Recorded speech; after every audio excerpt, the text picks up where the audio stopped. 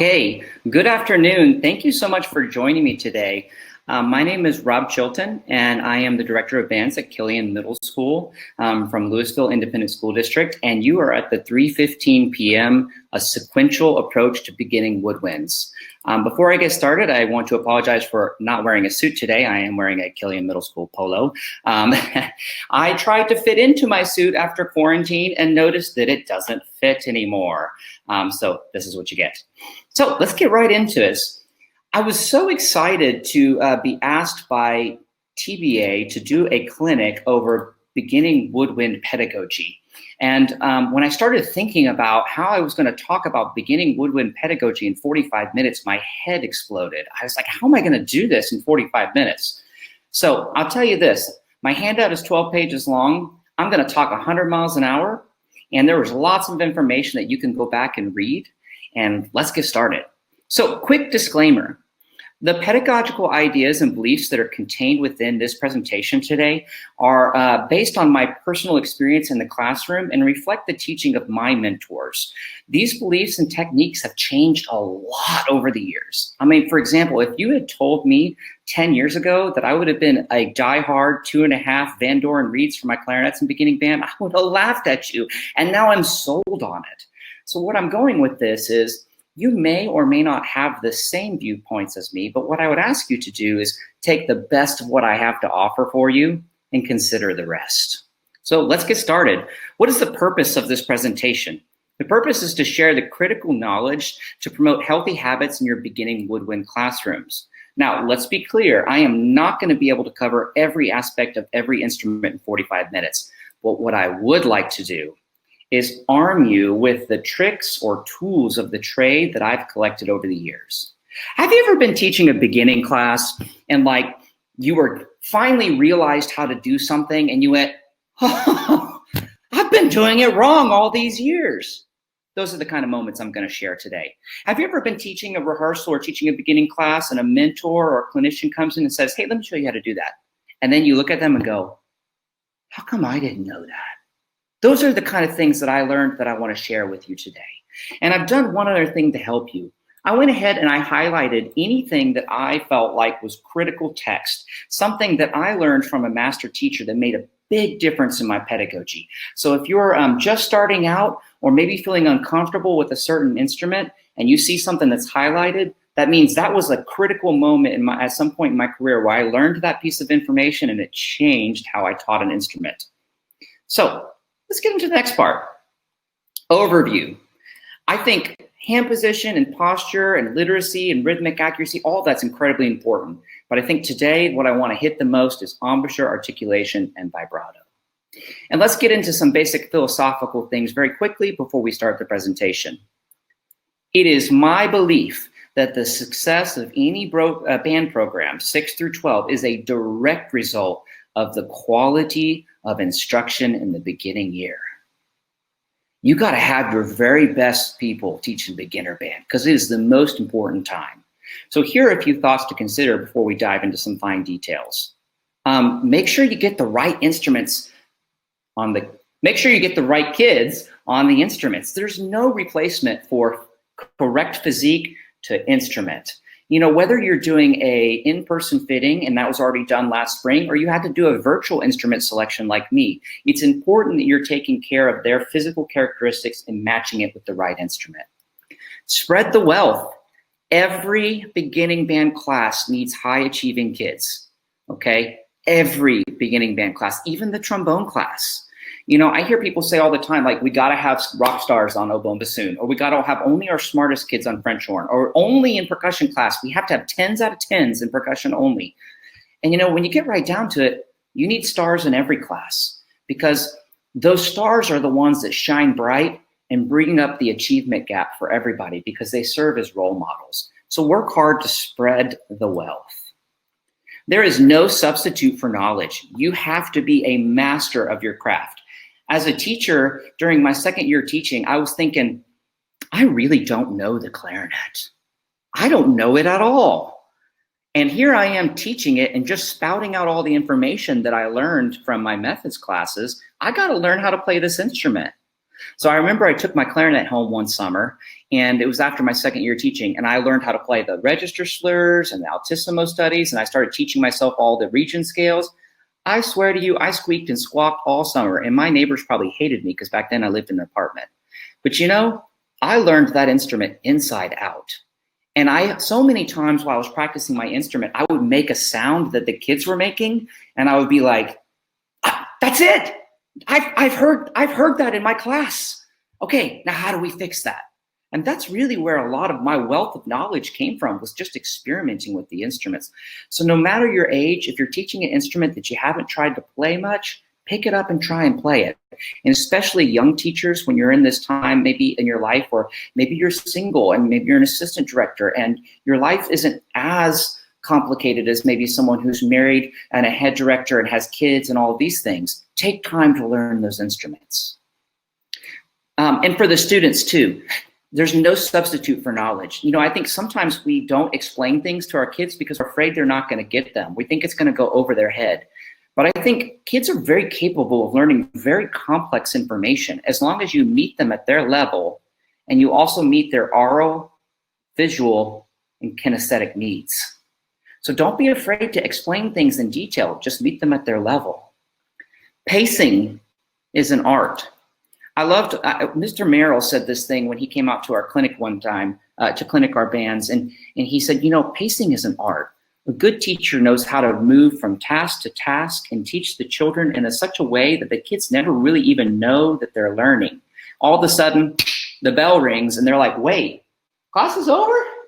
And they've got all this knowledge.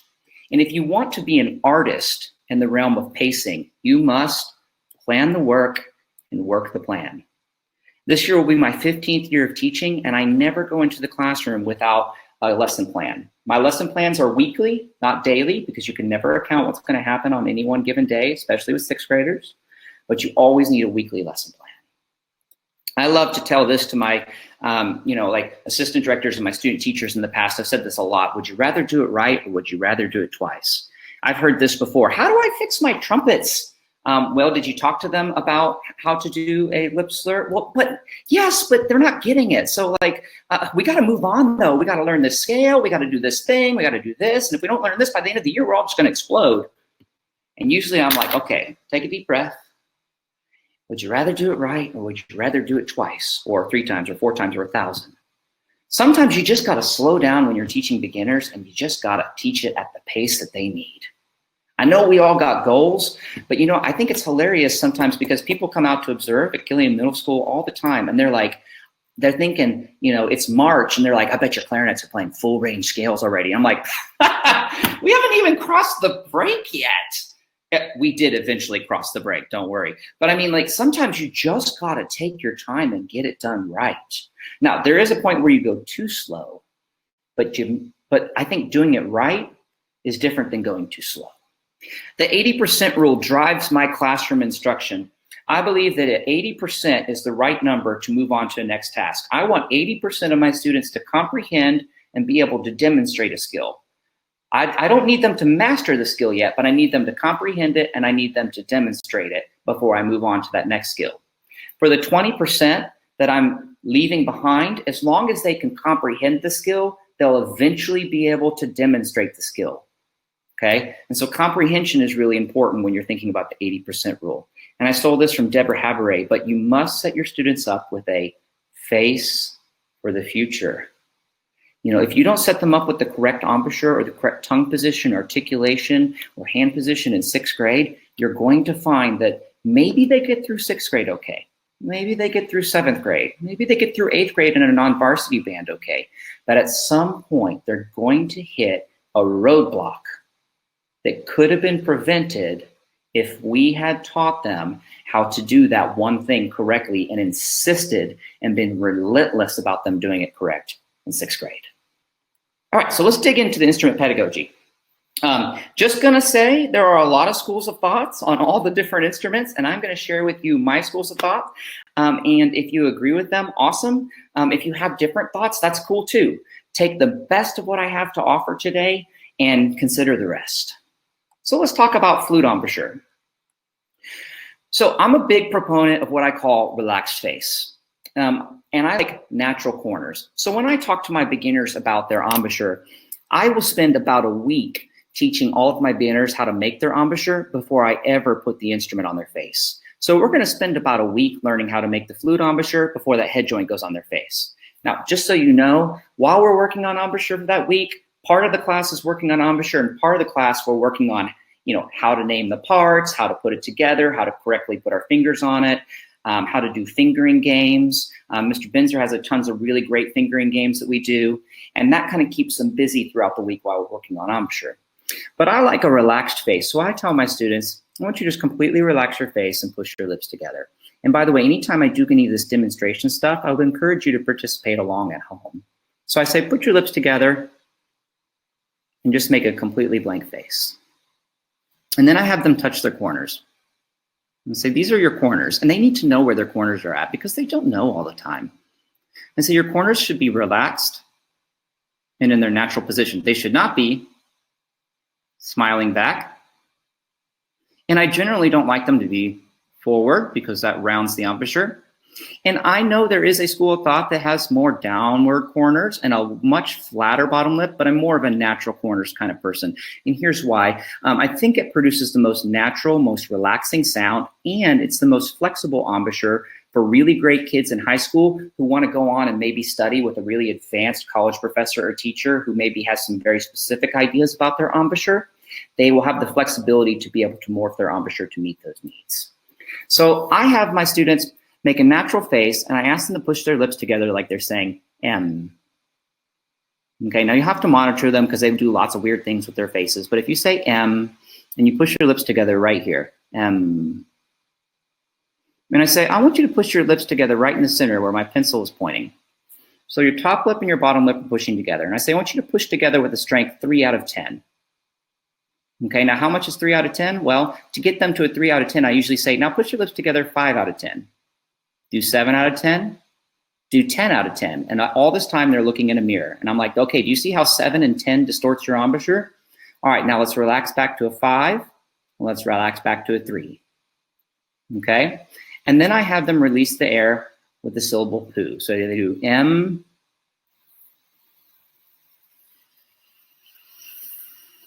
and what we're looking for is the opening of the aperture. So I really stress 2 words, embouchure and aperture in the beginning. And I want perfect embouchure and perfect aperture, or 80%, before I move on to any type of head joint work. And you want to teach them that their embouchure, their aperture needs to look like a small oval or small diamond. And I will tell them I want it to be pinpoint small in the beginning. M. And I have them practice putting their pencil up and blowing on the pencil.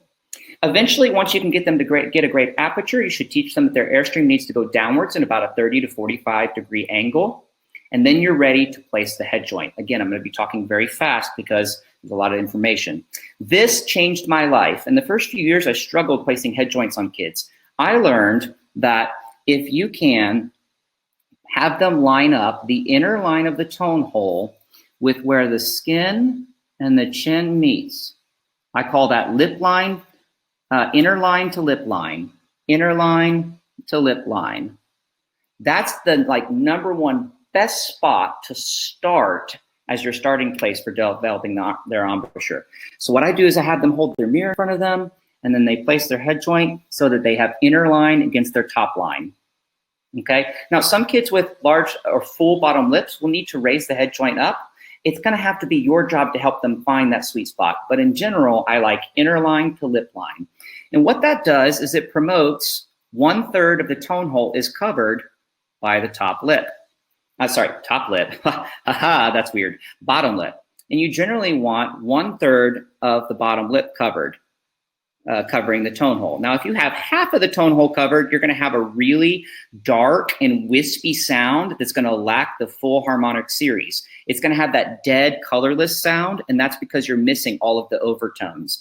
And if you have too little coverage, you're going to have an airy and sharp sound.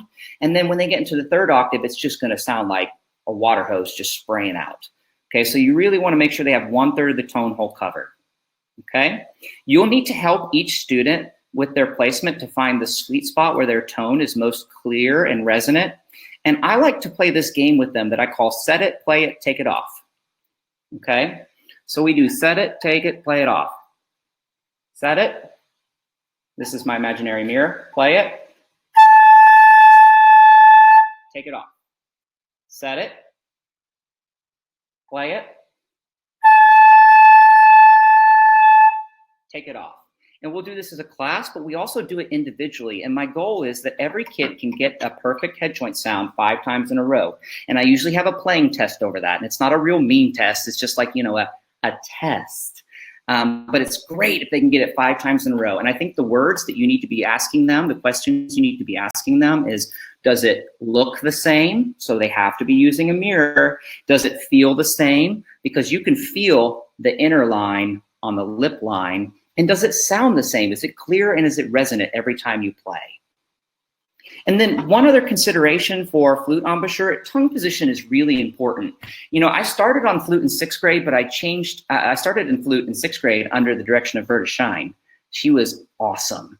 And then she changed me to oboe towards the end of 6th grade. And I continued to play flute for many years. And about my 2nd year of teaching, I went and had a private lesson with Claire Johnson. And I said, Miss Johnson, I don't understand. My tone's just not as clear as I'd like it to be. And she goes, well, your embouchure looks good, your aperture looks good, but you know what? I bet your tongue is too high. And she said, I want you to lower your tongue so it's at the bottom of your mouth. And I want you to touch the tip of your tongue to your bottom tooth gum line. And then she said, play that scale again with your tongue down there. And I was like, okay. And I did, and it changed everything. So if you have a kid that has a great looking embouchure and a great looking aperture and the airstreams go in the right direction, but they sound just off or fuzzy, could be their tongue position. Here's my tongue in full low position.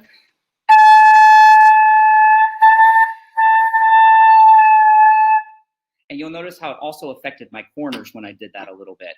But tongue position, when it goes up, forces the air to flow over the tongue and really block. It's like a speed bump in the highway of air. Oh, that was pretty good. I just came up with that right now. And always, always, always use a mirror. Always. All right, let's jump into oboe and bassoon. All right, this one might start some fights in the chat, but don't worry, I can't see the chat, so that's okay. I use the same embouchure for both the oboe and the bassoon. Okay, and my oboe embouchure that I use, and bassoon embouchure I use, is by forming the syllables E, U. Okay, and kids can get this really well. And again, I just like with flute, I teach the embouchure for a long time, for about a week before I ever put the reed in their mouth. Because if they can't make the embouchure, they're not going to play the reed correctly. So I have them say, E, I know, my corners are back. Don't freak out, don't freak out. E, U. And the reason why I do E, U, and I do teach them to push their corners back is because they need to learn how to push them forward. And the only way to learn how to navigate your corners is to practice pushing them back and forward. Okay, because they need to know how to use those muscles. So I have them go E, and I literally just stand in front of them and have them one by one make the same face as me, E, U. And then I say, okay, look at your chin. Your chin should be flat. How do you know if your chin is flat? Your chin has dimples. Dimples or ridges are what are formed when your skin is pulled tight over the muscle. And if a kid doesn't have dimples showing, they don't truly have a flat chin. You know, some kids have really deceptive chins. They can make a face that looks like a flat chin, but they're not really engaging their chin muscles. So make them check for dimples, you know. Corners are in or forward. Teach them how to use their corner muscles. And then this one is super important. I am on like a mission to solve all oboe players worldwide. Oboe players must have a bottom lip that's visible, okay? A lot of times I see oboe players, especially in the junior high level and at the high school level, where their bottom lip is completely disappeared inside of their mouth. And what happens is when you do that, it's kind of like, Mr. Binzer calls it a Ziploc bag. I gotta be honest, I didn't understand what that meant for like the longest time. But it means it's drawn far apart and then like the pressure is spread out across the entire embouchure. You want the pressure around the reed. So we got to make sure that our bottom lip is not rolled all the way in, because then the kids have no control over pitch. How many of you guys have had out of tune oboes before? That's not even a joke because it's not funny. We all have. And how many of you guys have had oboe players that fatigue quickly? Oboe players shouldn't be fatiguing much more than other instruments, But the reason why they do is because their bottom lip is usually pushed in too far and the pressure is spread across. So what you want to do is have a bottom lip that's still visible. Okay, so I like 50-50. That's going to change per kid, but make sure that they have a bottom lip that is reasonably, you can see it. When it comes to reeds, I like 50% of the reed in the mouth for both oboe and bassoon.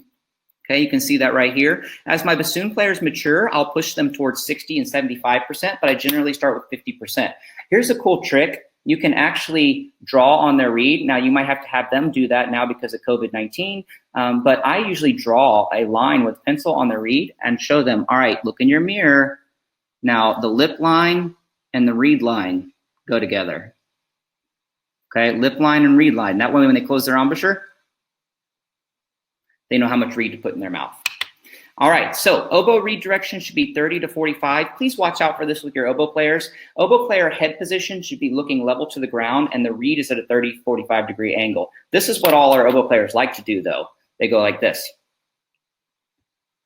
And they play straight into the reed, which I always go walk over to them and I say, hey, if you were playing an oboe right now, like with the correct head angle, you would be playing oboe like this.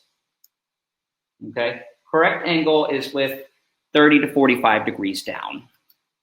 I love this. Teach your oboes and bassoons to play on the tonal energy on the reed before you let them play on the full instrument. Oboes should be getting a C on the reed, and bassoons should be getting an F. Some people do F sharp. I like F because I don't want my bassoons to bite or over tighten too early. And I ask my double reed players to get a big smiley face on the tonal energy. That means they've held it long enough that it turns into a big green smiley face. And once everybody can do that, or 80%, we get to play on the full instrument. Now keep in mind, while we're working on reeds for about an entire week, we're also learning how to put the instrument together. We're doing fingering games and things so that we're keeping them engaged, okay? Now here's a correct and an incorrect oboe embouchure. I really struggled to make this incorrect oboe embouchure. It doesn't quite show what I was wanting, and I don't know too many 7th graders with stubble, but you know, whatever, okay? But it gives you an idea. So here's really important. Oboe embouchure and pitch are symbiotic relationship with double reeds. You must use a tuner daily in your beginning year to help the students learn to control their embouchure on all notes. Now, I actually don't use clip-on tuners because I personally believe as an oboe player, I developed a crutch on them. I think they have a place in band, but I don't use them in my beginning oboe and bassoon class. We project tonal energy up on a television that we mounted on the wall, and that way, when I go around the room, here's something I do. Every time we play a line of music, we'll take the starting note and we'll pass it down the room without a metronome. And each kid will hold that note until they get a big smiley face. And then I'll turn the metronome on and they have 4 seconds to get it to a green. And we pass it down the room, 2, 3, 4, next person, and we try to get it green. And so every day we're practicing tuning on a variety, maybe 10 different notes. And you can work that into your daily routine so easily.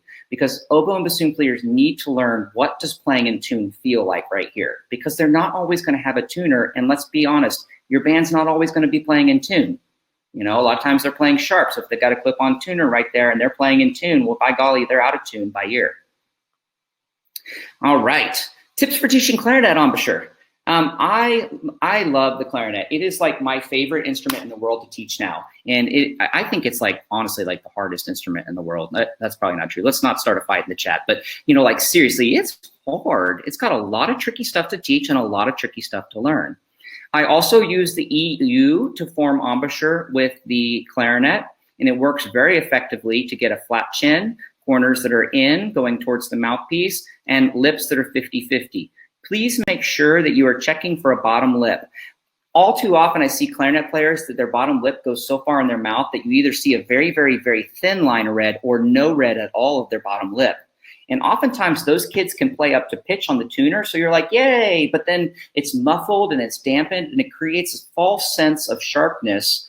And you'll notice that their tone is missing that full spectrum of color, which is really the presence of the harmonic series.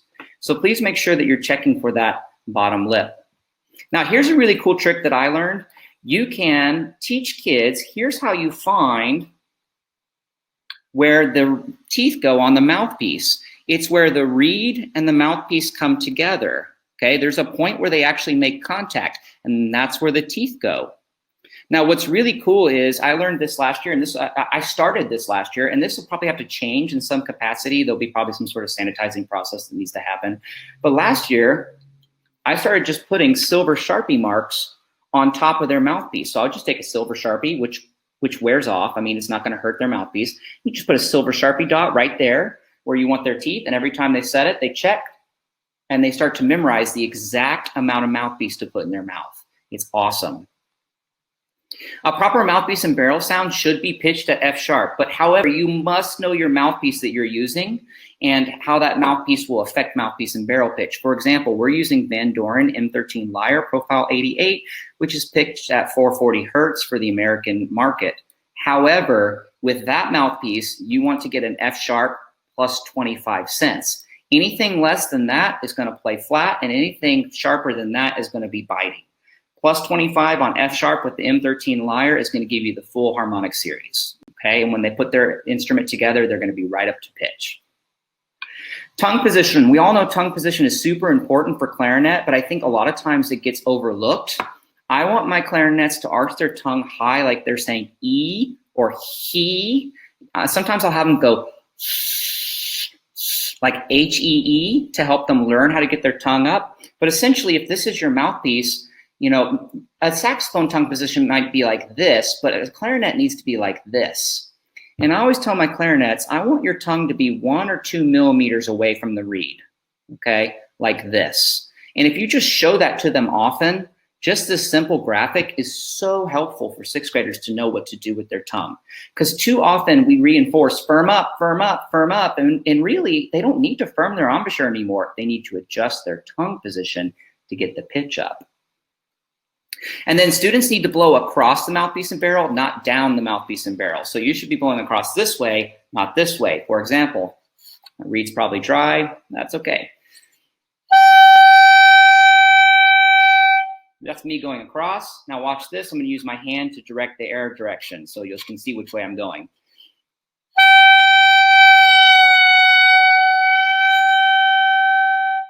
A simple change in air direction does a lot.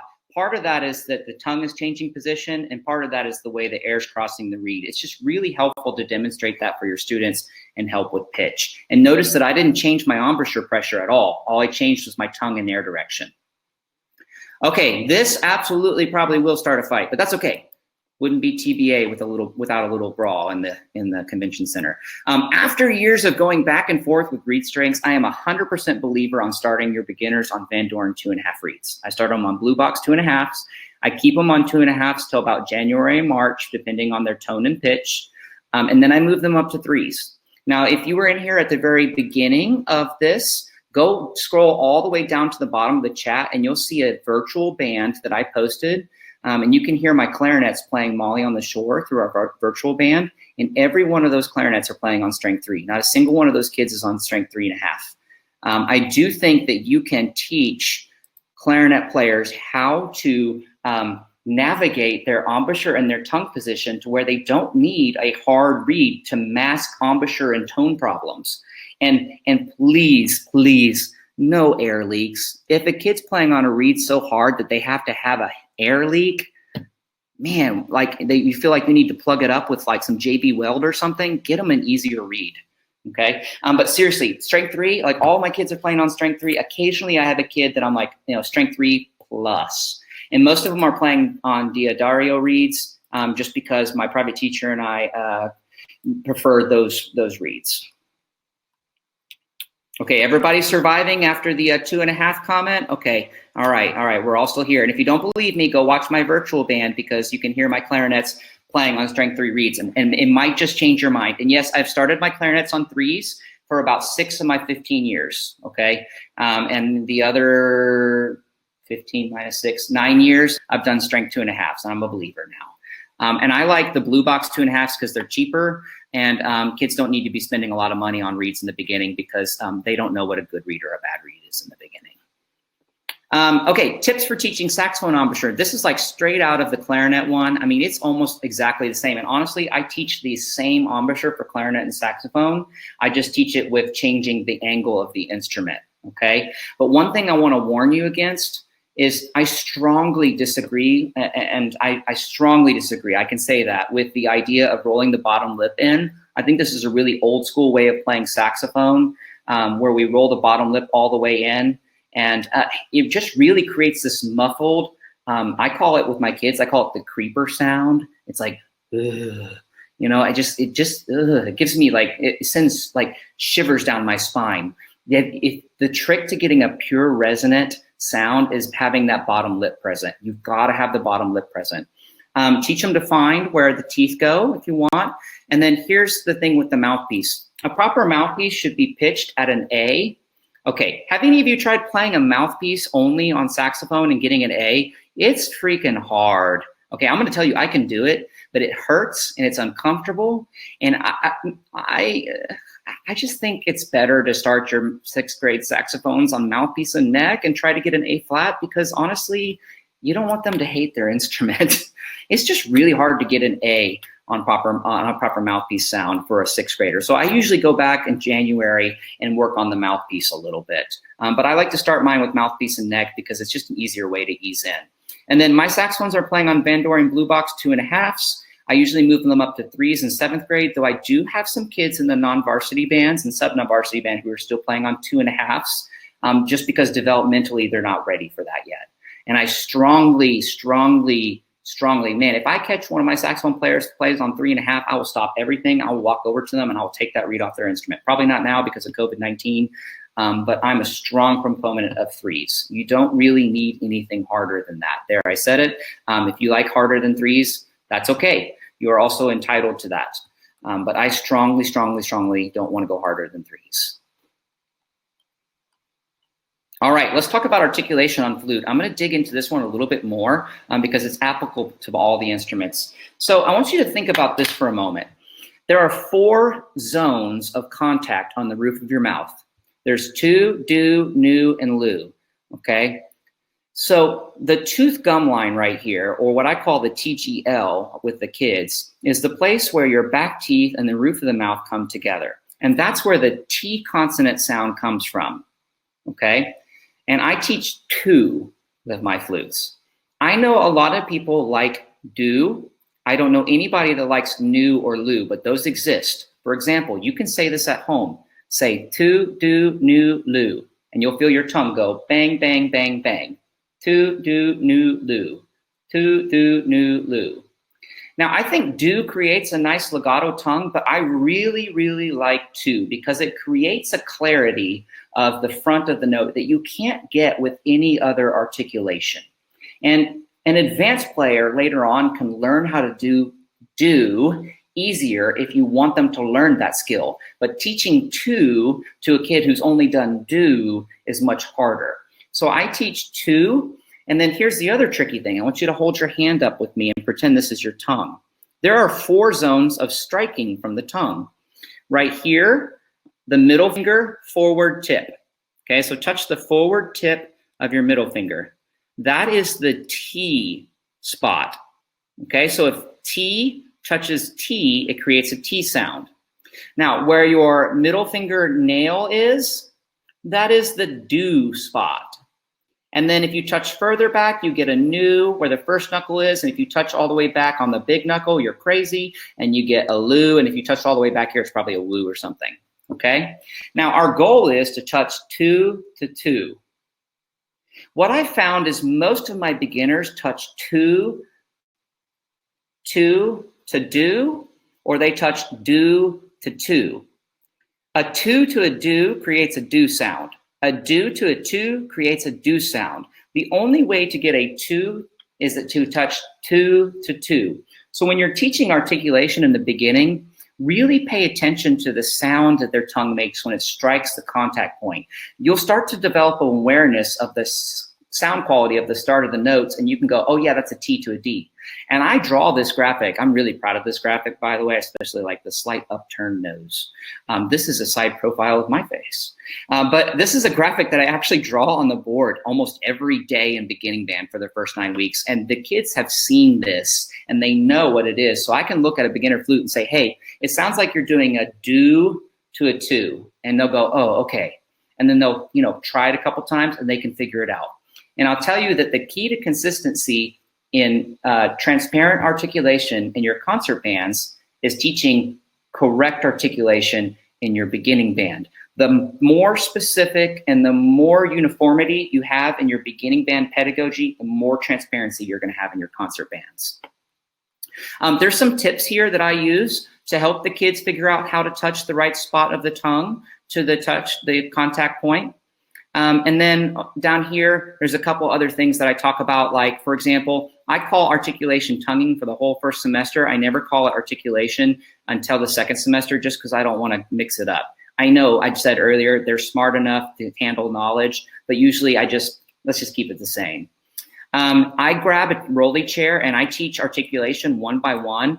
Don't walk around and try to check everyone. Get yourself a quality rolling chair and roll from kid to kid. Now that's going to look different in the COVID-19 era where we have to sit 6 feet apart from them. But I still advocate for, when possible, rolling a chair around, because you'll save your back. I could do it when I was younger, but now after the end of the day, it hurts. And then make sure there's no lip movement or face movement. Make sure to instruct them that nothing is changing here when they articulate. It's all happening internally. All right, oboe and bassoon, articulating on the screwdriver. No, that is a very large oboe reed. Sorry, I really struggled to make an oboe reed in Word. Okay, so here is the real issue with articulating on oboe and bassoon. You want to touch T to T, and really, nobody touches lower than T on the oboe reed. But you do want to touch what I call the forward tip, where T is, to the forward tip of the bottom blade. You do not need to strike both blades. Touching the bottom blade is enough to stop the vibration and create a clear articulation. But here is what some students do. If this is your reed, and oboe players and bassoon players, instead of doing this and touching T to T, they do this: T, D, D, T, T, T, D, D. And this extra motion of touching the top tip of the reed slows their tongue down to where they can't articulate quickly. And where I'm going with this is, oboe players and bassoon players need to know how to articulate at least 120 BPM before they leave middle school, if possible. This is why I strongly recommend against do, because you can't articulate with a do syllable at 120.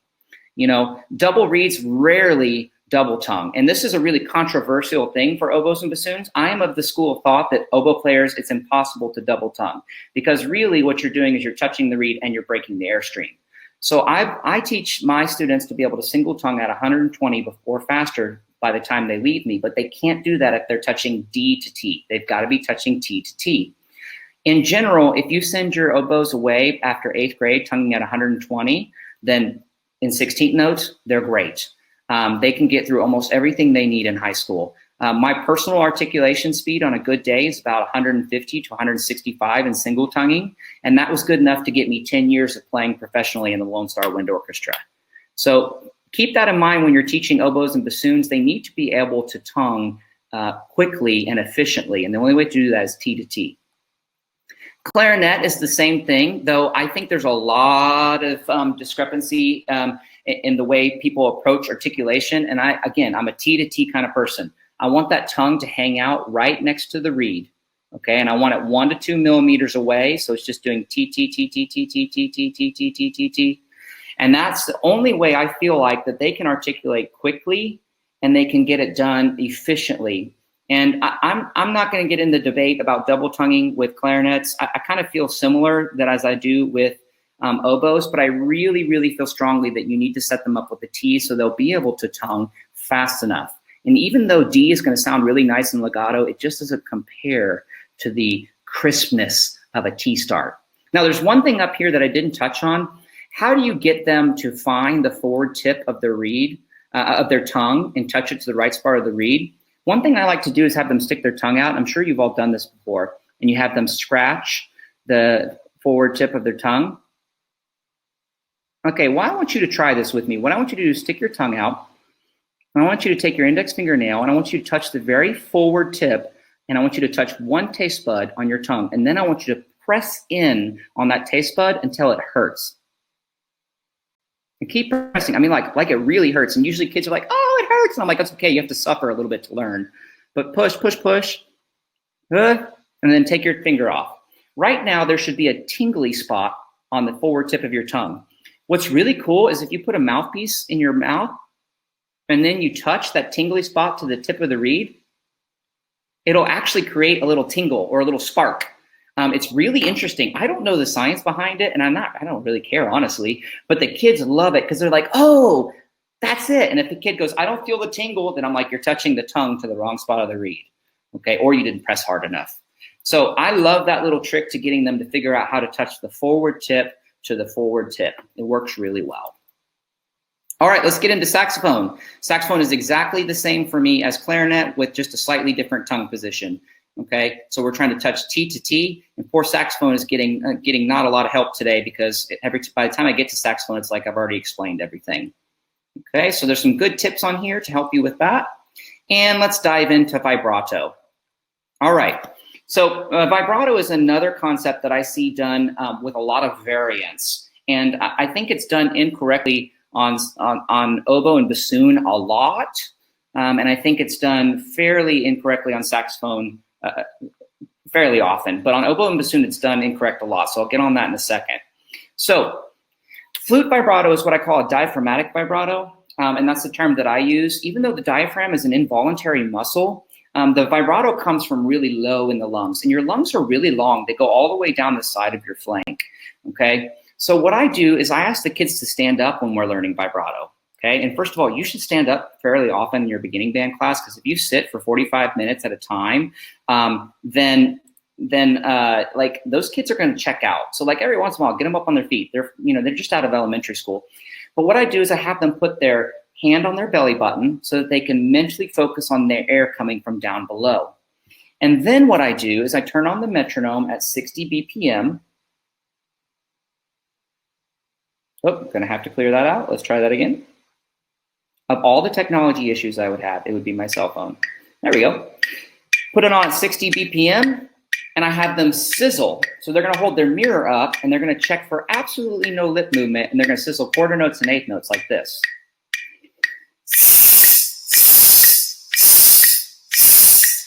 And then they do it back. You can do it at home if you want.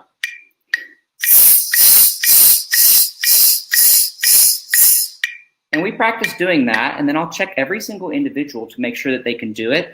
And you need to be really careful to make sure you aren't hearing this sound. That's the sound of their throat closing up. And I'm really exaggerating it so you could hear it over the computer, but it's usually a little softer than that. And you want their waves to be nice and smooth and connected.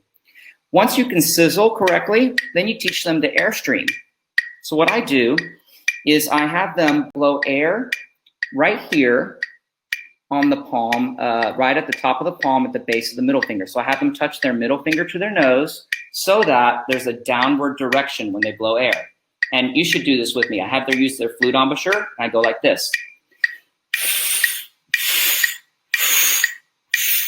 Your turn, yeah, yeah, yeah.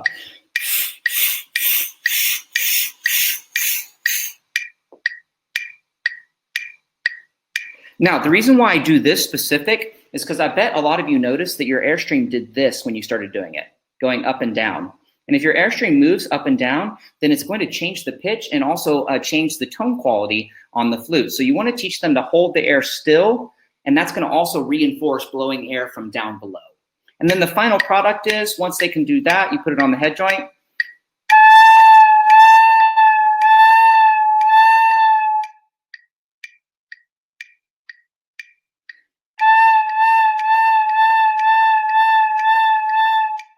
Okay, and then all you got to do is start inching the tempo up.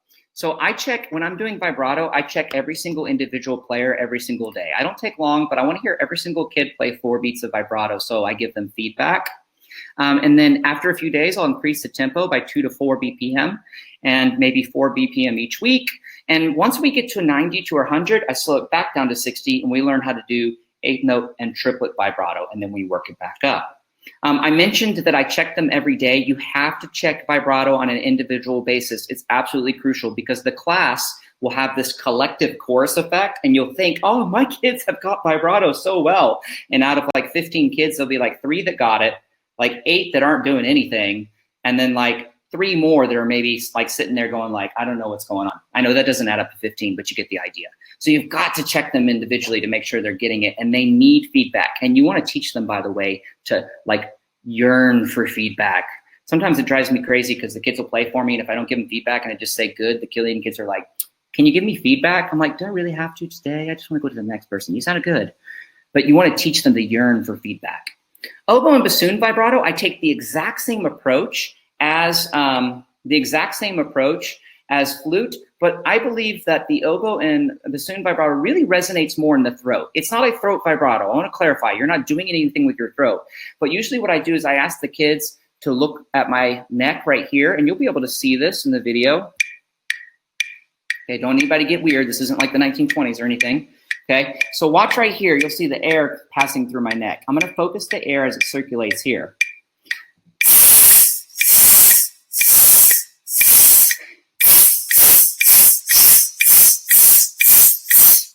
Have you ever seen a really great like middle school oboe player, but when they use vibrato, their whole body goes like up and down like this? That's because they're using too much of a diaphragmic vibrato. You can't physically put that much air through an oboe reed. An oboe reed is just too small, okay? So I let the air circulate in the throat, and that pushes out that really beautiful tone. And then this will really save you a lot of grief later on if you teach your beginners to do this. I tell my beginners to not let their vibrato waves fluctuate more than 5 cents. And if possible, eventually I want them to keep their vibrato on oboe and bassoon between 0 and +3. And so if you set your tonal energy on the easy setting, you know, it's like ±5, gets them a green light, they can actually learn how to play long tones with vibrato and keep it in the center of pitch. It's really awesome. And it'll save you so much grief in your concert bands when you don't have vibratos on your oboes that are fluctuating 40, 50, and 100 cents. And then teaching saxophone. Saxophone vibrato is a jaw vibrato, and the most common way I see this done incorrectly is usually a form of an air vibrato or diaphragmatic vibrato. I don't believe that there are that many people who actually really teach air vibrato. I think it's that a lot of people, or rather a lot of young students learn vibrato incorrectly because they're just trying to figure it out. So a great saxophone vibrato is created by lowering the jaw just slightly, straight down, straight up. And I use the syllable U. So what I do is I have them put their thumb in their mouth and they go, you, you, you, you, you, you, you. And we do the same exact thing that we do with flute and oboe and bassoon with the metronome, but we do it with our jaw. And the really important thing about this is eventually all of the movement should be not eternal, forever lasting saxophone. No, it should be internal. And you want that vibrato, that jaw to be moving up and down inside the mouth. And every day you just increase the tempo a little bit and always go down the row and check everybody. So that is how you teach oboes and bassoons in 45 minutes. I am so grateful that you guys came out today and spent some time with me. I don't have time for questions today, but my email is in my handout. And there's a lot of information that you can review. And if you have long questions that you want to ask, I may just send you a quick text with my phone number and ask you to call me, because a lot of times I get questions that are just too long to answer over email. But I'm so thankful for your attendance today. You guys were a wonderful crowd. You were so calm and quiet today. And I hope you have a wonderful rest of your summer. And let's hope that everything goes smoothly this semester and eventually we get to start band again. Keep fighting the good fight, guys. Thank you very much.